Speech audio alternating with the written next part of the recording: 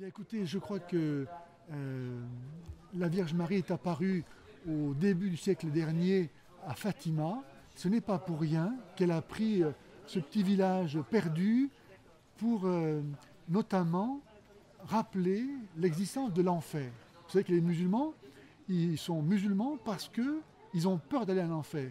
Et nous aujourd'hui, chrétiens, on ne croit plus que Dieu, parce qu'il est tellement bon, il puisse y avoir un enfer. Et je crois que la Vierge Marie a voulu nous rappeler au début du siècle dernier cette vérité que nous avons occultée. Et aujourd'hui, il nous faut retrouver ça dans notre Église. Parce qu'on ne pourra pas avoir un discours pertinent face aux musulmans qui ne veulent pas aller en enfer si nous-mêmes nous ne croyons plus à l'enfer.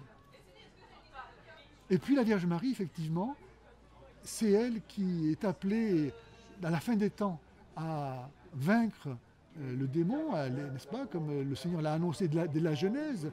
Et je crois qu'elle est capable de faire l'unité entre les chrétiens d'Orient et d'Occident, comme elle l'a annoncé à Fatima. À la fin, la Russie se convertira. Et effectivement, la Russie, nous voyons aujourd'hui, est en train de développer un discours complètement à l'opposé de ce que dans le monde entier on voudrait voir régner, c'est-à-dire ce libéralisme, cet hédonisme, ce relativisme, en disant ben non, nous ne voulons pas nous rentrer dans ce jeu. Et la Russie retrouve la foi chrétienne. Donc j'espère beaucoup que Notre-Dame de Fatima va nous obtenir, comme elle l'a obtenu déjà à Lépante, sous le titre de Notre des Victoires, cette victoire sur ce prédateur naturel de l'Église qui est l'islam, qu'elle va nous obtenir par l'union des chrétiens d'Orient et d'Occident, cette force dont nous avons besoin pour retrouver dans la foi chrétienne, dans notre communion, de quoi résister à cette malédiction et à ce châtiment de notre apostasie occidentale qu'est l'islam. La force dont nous avons besoin.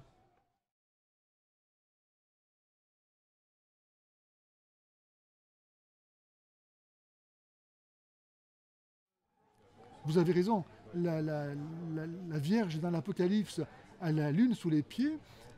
J'espère qu'effectivement, comme c'est annoncé, elle va vaincre l'islam, hein, comme elle a reçu la promesse au début de la Genèse, qu'elle vaincrait le serpent. L'islam, ce n'est pas autre chose que l'antichrist. Il vient pour détruire le christianisme. Dans l'Apocalypse, le dragon, il cherche à dévorer l'enfant de la femme, qui représente l'Église, et donc les chrétiens. Ce serpent, depuis l'origine, il est en lutte contre Dieu, contre sa descendance, et Jésus-Christ, et en lui tous les chrétiens.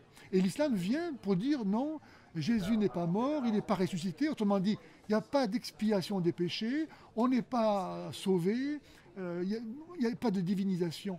Donc c'est vraiment l'islam en soi et l'antichrist que Jésus a annoncé. Le faux prophète de l'Apocalypse, l'ennemi du peuple élu, qui est si nombreux, dit l'Apocalypse, qui est comme le grain de sable au bord de la mer, qui envahit tout. Aujourd'hui, il y a une actualité qui malheureusement laisserait penser qu'on n'arrive pas loin de la fin des temps, hein, étant donné les images que nous avons dans l'Apocalypse. Hein. Donc il nous faut retrouver notre foi et ne pas avoir peur. L'islam s'est toujours imposé par la peur. Moi je suis sidéré de voir comment les chrétiens, les Français ont peur de l'islam. Ils n'osent pas parler ouvertement, ils n'osent pas même venir à des conférences qui traitent de l'islam, de peur qu'il y ait une bombe qui explose. Il y a une panique, c'est hallucinant de voir ça.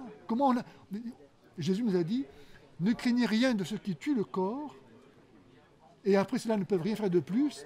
Craignez celui qui, après avoir tué le corps, peut aussi jeter l'âme en enfer. Luc 13, 24. Donc il faut se rappeler ça, on a à avoir peur de rien. Nous avons la vie éternelle, je ne vois pas pourquoi on aurait peur de quoi que ce soit. Hein. Quant à mourir d'un coup de couteau, est-ce qu'il vaut mieux mourir d'un cancer au bout de 10 ans de souffrance sur un lit d'hôpital, quoi. Donc il n'y a pas à avoir peur de rien du tout. Hein. Et l'islam, il s'est toujours imposé par cette soumission qui a fait que les gens préfèrent assurer leur petit confort plutôt que d'avoir à souffrir la croix. Je regrette, Jésus nous a dit, on ne peut pas être chrétien si chaque jour on ne prend pas sa croix.